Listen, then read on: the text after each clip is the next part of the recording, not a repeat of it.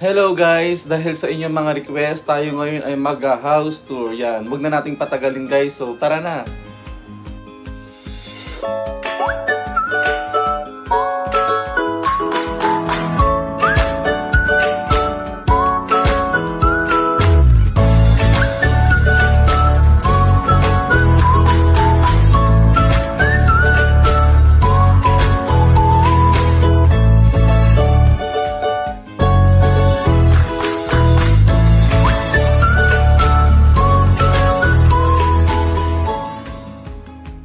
So yun guys, umpisahan natin dito sa labas ng bahay namin. Kung mapapansin nyo is puro kulay green siya. Ayan, ang ingay ng aming doggy. Ayan, puro halaman siya guys. Tignan mo. Kasi nga hindi ko pa alam kung saan siya ilalagay guys eh. Wala pang budget para mabutasan ng kisame. Ayan, kaya dito muna siya sa labas. Ayan, guys, puro halaman siya guys oh. Ayan. Dito pa lang yung guys sa labas.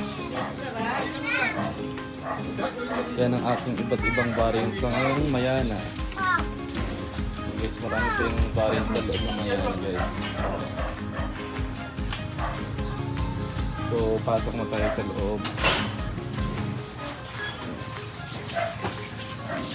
So, ito ang aking napakainay na baby. Yan ang aking ina. Yan, pinapakain niya. Pasensya na kayo guys, medyo magulo dito sa labas kasi puro paso at halaman din yan. Okay. Ito yung ibinigay sa akin ng nanay ni Jigjag. Yan. Ang ganda niya, di ba? Inuwi ko pa yan from Misamis Oriental, Hasaan. Yan. O, di ba nabuhay na siya? Kala ko mamamatay siya eh. Kasi nga, tinanggalin ng lupa yun sa airport. Yan.